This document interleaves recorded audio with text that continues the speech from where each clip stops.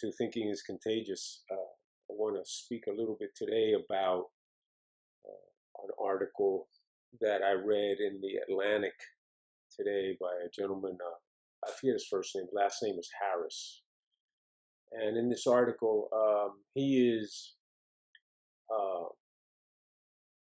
applauding the Biden-Harris ticket, and he is trying to smooth over the confrontation between Biden and Harris at the debate. And that smoothing over is predicated on the fact that he's applauding Harris's willingness to challenge Biden as to the busing issue, his vote against busing, her being the famous little girl on the bus, and her real 15 minutes of fame that came from that, and at one point actually had her jump in the polls there during the Democratic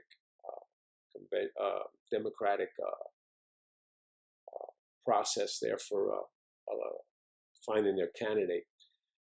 And in addition to applauding her willingness to challenge, he's also playing up Biden's willingness to change and admit that he was wrong, quoting that he had said that he was wrong on his vote. And that's all fine and dandy, but I sent an email to Mr. Harris this morning regarding the article. I'll let you know if he responds. I doubt he will. But my position to Mr. Harris, and I want you all to really to listen to this, especially those who don't agree with my conservative point of view, which is fine. I respect it. But I want you to understand where I'm coming from. Here's this article in this mainstream media publication, The Atlantic, saying that, applauding this, while the individual who was involved in this directly, Kamala Harris, went on Stephen Colbert's show, and when she was asked about this, she didn't bring up that she challenged Biden, that this shows how strong she is, that she's not a yes woman or a yes person. No, what she said was, with a smirk and with almost tongue-in-cheek, it was a debate. It was a debate. She kept repeating, it was a debate. In other words, don't believe everything that comes out of my mouth. Consider the situation, consider what I need to say, and that's what you have to consider. So here she is, directly contradicting the entire premise of this article.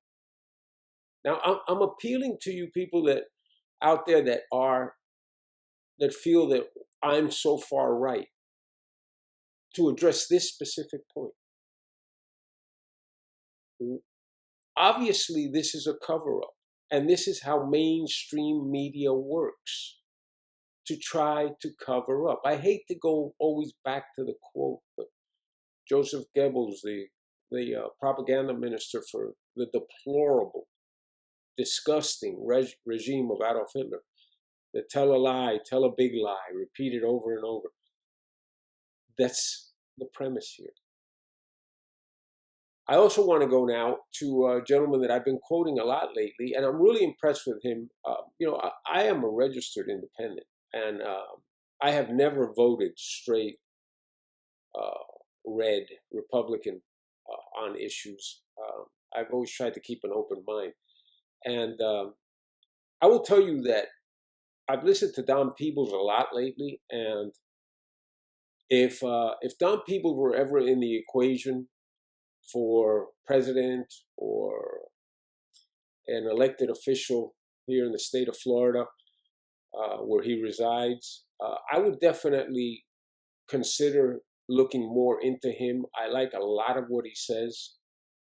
And I found it very interesting this morning. He was on Fox News, and I actually used some of his quotes when I responded to Mr. Harris at The Atlantic. Some very interesting things that people said this morning. He said that Trump has been vilified and made politically incorrect by the mainstream media for the last 4 years. And that as far as people being there being a silent group of Trump supporters that will not show their face or do not want it be known. He says that is absolutely a factor that's not being accounted for in these polls. And he went on to further say, and you can look for this, it was, I think, on Maria Bartiromo's show this morning on Fox, August 16th.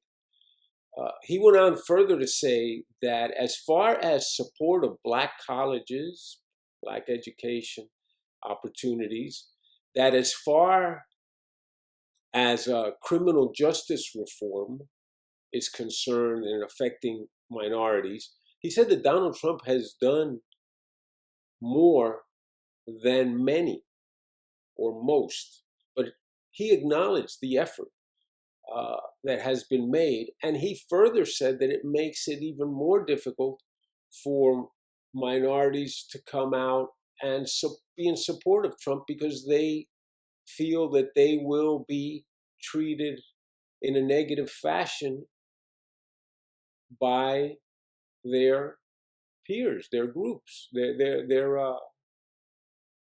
friends and family. So all these things are being said by, again, an open-minded individual who's a Democrat, who's an Obama supporter. And I'm sure he has many things that he doesn't like about Trump, and you know, I understand that, and I'm not quoting those things because at this point, what I'm talking about is a specific item. But I want you to understand that this is not a one-way street when it comes to the political situation, the justification of actions. It's from the left and the right that is guilty of this. But today, we are looking at a situation that I am addressing an article that has come out, and an article that directly contradicts the words of the person in Kamala Harris that created this entire narrative or this entire platform on which much of this conversation is being built. I hope that this gets you thinking a little bit, and I think that a lot of the, I've got a few people that I know are Democrats that listen to this, and I'd love to hear what you have to say.